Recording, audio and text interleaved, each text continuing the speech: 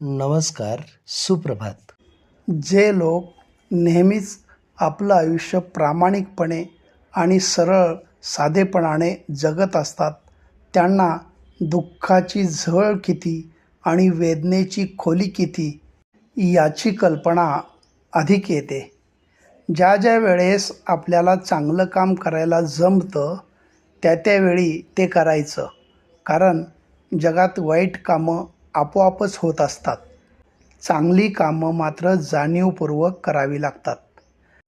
ज्या वेदना आपण भोगल्या त्याबाबतची जाणीव जिवंत असेल तर इतर व्यक्तींच्या वेदना लवकर कळतात. मग ती नाती रक्ताची असोत अथवा नसोत. आपल्याला समाधानी राहायचं असेल तर स्वतः लबाडी आणि चहाडी कधीच करू नये. लबाडी आणि चहाडी करणाऱ्या लोकांपासून कटाक्षानं सावध राहावं, अगदीच दूर राहावं. मग आपला प्रत्येक दिवस खूप आनंदात जाईल.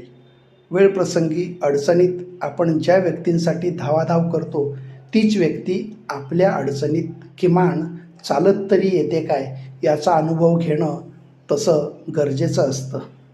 धन्यवाद.